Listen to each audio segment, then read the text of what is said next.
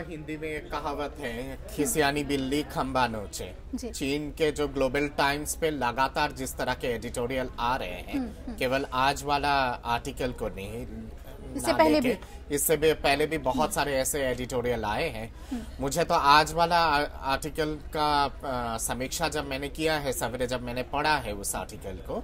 और उससे पहले की भी कई सारे आर्टिकल के निष्कर्ष अगर मैं एक शब्द पे अगर निकालूं तो मुझे लगता है कि ग्लोबल टाइम्स शायद कहीं ना कहीं पे आर्थिक आतंकवाद को आगे बढ़ा रहा है पूरी दुनिया भर में।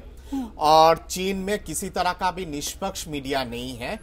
2-3 ही चैनल और अखबार है चीन में। ग्लोबल टाइम्स आपके वहां के सरकार का कंट्रोल्ड अखबार है और इसके साथ साथ सेंट्रल चाइना टेलीविजन जो है वो वहां के सरकार का कंट्रोल्ड टेलीविजन चैनल है और वहां पे वही सब बयान सार्वजनिक होता है और जारी होता है जो वहां के सरकार चाहते हैं। चीन के सामान को लेके केवल भारत में ही आक्रोश नहीं है, दुनिया भर में आक्रोश है। कनाडा हो कहिए या फिर यूएसए कहिए, मैक्सिको कहिए, बहुत सारे ऐसे मुल्क हैं, पश्चिम के यूरोप के बहुत सारे ऐसे मुल्क हैं जो एनवायरनमेंट को ध्यान में रखते हुए, क्योंकि इतना ज्यादा हैजर्डस है चीन के सामान, वहां पे जो चीजें इस्तेमाल किया जाता है वो एनवायरनमेंट के लिए, पर्यावरण के लिए इतना ज्यादा खतरनाक है कि पहले ही बैन लग चुका है और अंकुश लग चुका है। भारत में तो आप औपचारिक रूप से तो प्रतिबंध लगानी ही है, पर मैं समझता हूं कि औपचारिक रूप से भी बहुत सारे ऐसे सामानों पे प्रतिबंध लगाने की आवश्यकता है। और जिस तरह का आर्थिक मंदी चीन के अर्थव्यवस्था पे फैला हुआ है और जिस हिसाब से इकोनॉमिक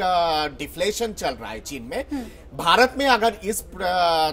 पैमाने पे और इस बड़े पैमाने पे अगर नागरिक अगर बहिष्कार करना अगर शुरू कर दे चीन का सामान का, तो चीन के जो आर्थिक परिस्थिति है वो बहुत बुरी तरह से अस्त-व्यस्त हो जाएगा और चरमरा जाएगा। मैं यहाँ पे एक और स्टेप आगे जाता हूँ और आपके चैनल के माध्यम से मैं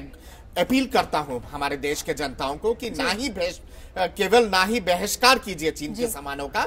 दिवाली के दौरान उनके सामानों को जला के पटाखे के हिसाब से भी वो कीजिएगा, बॉनफायर बनाइए। यही लैंग्वेज चीन समझ सकता है और यही लैंग्वेज चीन को देना चाहिए। कल जिस तरह से जम्मू कश्मीर में जब रेड के दौरान जिस हिसाब से चीनी फ्लैग मिला है, बहुत सारे ऐसे हथियार मिला है जो चाइना से ओरिजिनेटेड है, आतंकवादी जितने सारे छापा पड़ा है और आतंकवादी लोगों को जो पकड़ा गया है, वहां से भी कहीं ना कहीं पे आप साबित हो जाता है कि पाक स्पॉन्सर्ड टेररिज्म जो है उसको कहीं ना कहीं पे चीन अप्रत्यक्ष रूप से या फिर प्रत्यक्ष रूप से साथ दे रहा है और भारत के लिए ये बहुत बड़ा चुनौती है। और